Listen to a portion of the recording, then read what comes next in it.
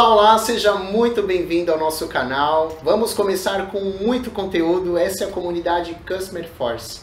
Nascemos com o propósito de disseminar CS, CX e cultura organizacional para você que gosta da área, que já está há bom tempo aí disseminando essas áreas e que também está conhecendo para se agrupar com a gente.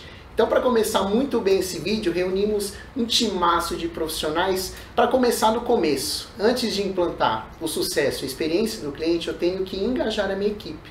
Então, o tema desse vídeo é como construir uma empresa centrada no cliente. Então, estou aqui hoje com Daniela Guedes, que é gestora de clientes e consultora de imagem corporativa, Eric Faria, que é consultor de desenvolvimento organizacional, Robson, nosso parceiraço aqui, esse espaço que nós estamos é da Encanto, ele é CEO dessa magia, desse propósito que é encantador, e a Euriale Voidela, diretora de clientes e consultora da jornada do cliente também, que está muito presente e ativa no LinkedIn por meio de artigos. Queridos, muito bem-vindos. Muito obrigado. Vamos iniciar uma conversa aqui bem tranquila. E você que está assistindo a gente do outro lado da telinha, vem com a gente. Só vem, se conecte nesse assunto, mergulhe, que você vai aprender bastante. Então, quando a gente fala aí de cultura organizacional, o que é isso? O que é cultura organizacional? Olha, mano, é o jeitinho que as pessoas vivem e fazem as coisas acontecer dentro de uma organização.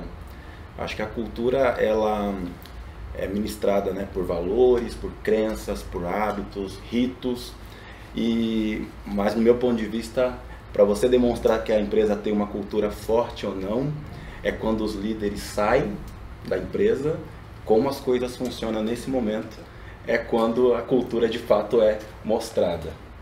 E é claro que ela tem tipos, né, pode ser mais voltada para colaborativa, para inovação, para resultado, para controle, mas todos esses tipos de cultura, sem sombra de dúvida, dá para colocar o cliente no centro aí, para focar e fazer do cliente de fato a essência de uma empresa. Exatamente. E ela nasce naturalmente, né? Às vezes tem, na verdade, muito empreendedor, chega em um determinado momento que ele pensa, reúne o time de RH e diz o seguinte: a gente precisa pensar em cultura. Mas, cara, ela já está ali, ela já existe, né? O modo como você se relaciona, o modo como você desenvolve o seu negócio, o propósito que você coloca ali, isso cria cultura. Então, por exemplo, se é uma empresa extremamente ativa na capacitação de clientes, captação de clientes, você já tem uma cultura de proatividade, de correr atrás, de fazer comunicação, fazer relacionamento. Então, o modo até mesmo vem dos fundadores, de quem entra ali e cria o ambiente, né? Então a cultura ela vem muito do olhar do outro, o modo como as pessoas vão se relacionar, se respeitar e interagir entre si, vai desenvolver uma percepção de quem entra ali e vai sentir a cultura, né? Então ela é natural, naturalmente ela vai acontecer. Obviamente existe uma responsabilidade, na verdade uma participação do RH em identificar essa cultura, deixar isso claro para todo mundo, para que um novo entrante sinta como é que as coisas funcionam ali, né? Então a cultura é como se alguém dissesse para você: olha, é desse modo que a gente se comporta, vem conosco. Por isso que a gente fala muito de fit cultural, né? Se você traz uma pessoa que tem um fit cultural diferentemente do que pratica em casa, vai ter um choque ali de realidade, e você pode até mesmo pecar na contratação, né? E sai caro, porque a gente vai ter que convidar uma outra pessoa, então a gente precisa fazer esse mapeamento de cultura para a gente conseguir colocar dentro de casa as pessoas que já vão conseguir contribuir e tocar para frente que já está em andamento. Então tem esse viés, a cultura organizacional. Eu estou passando por esse momento, inclusive, na equipe que eu faço gestão.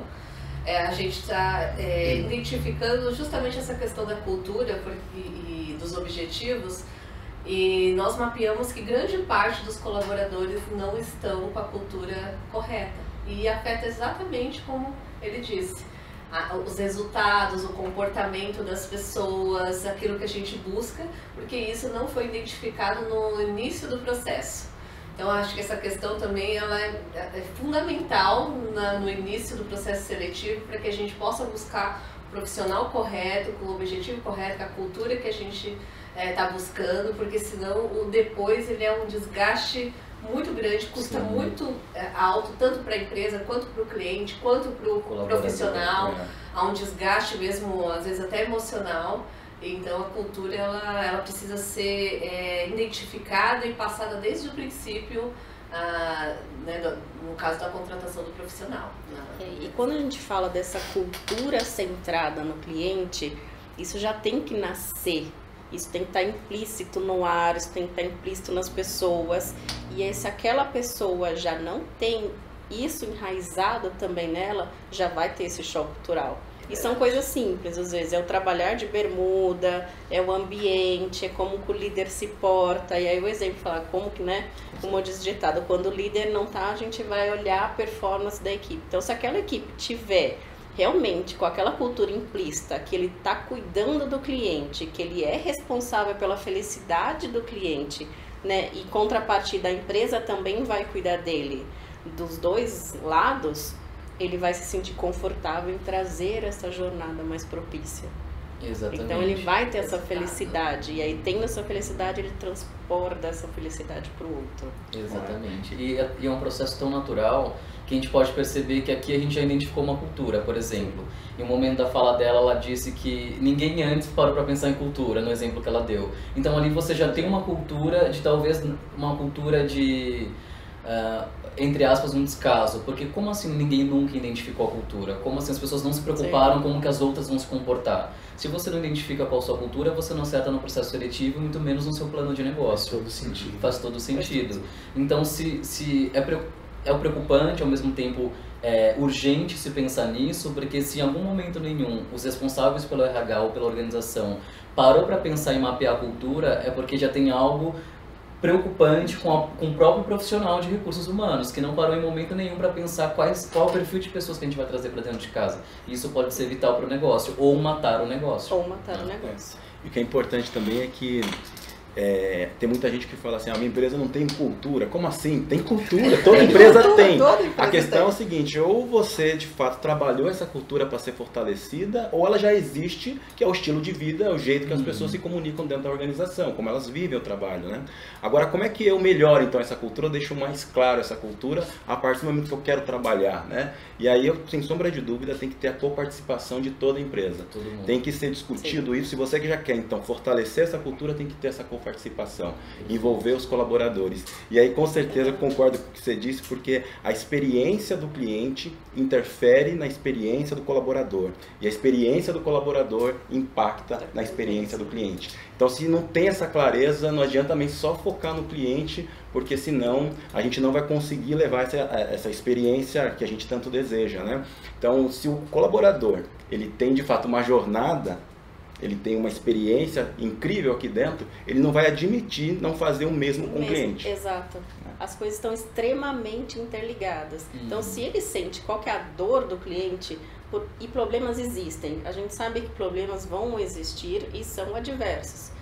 Com aquele cliente tendo um problema, ele vai se sensibilizar e ele não vai embora, ele vai se engajar, ele vai lutar, mesmo que ele não saiba, ele vai buscar uma solução, mas ele vai se empenhar de corpo e alma para resolver aquela dor, porque ele está conectado com aquele cliente. Agora, se ele estiver insatisfeito com a empresa, numa jornada ruim, extremamente estafado, ele vai falar, 5 horas deu meu horário, 6 horas deu meu horário, eu volto amanhã.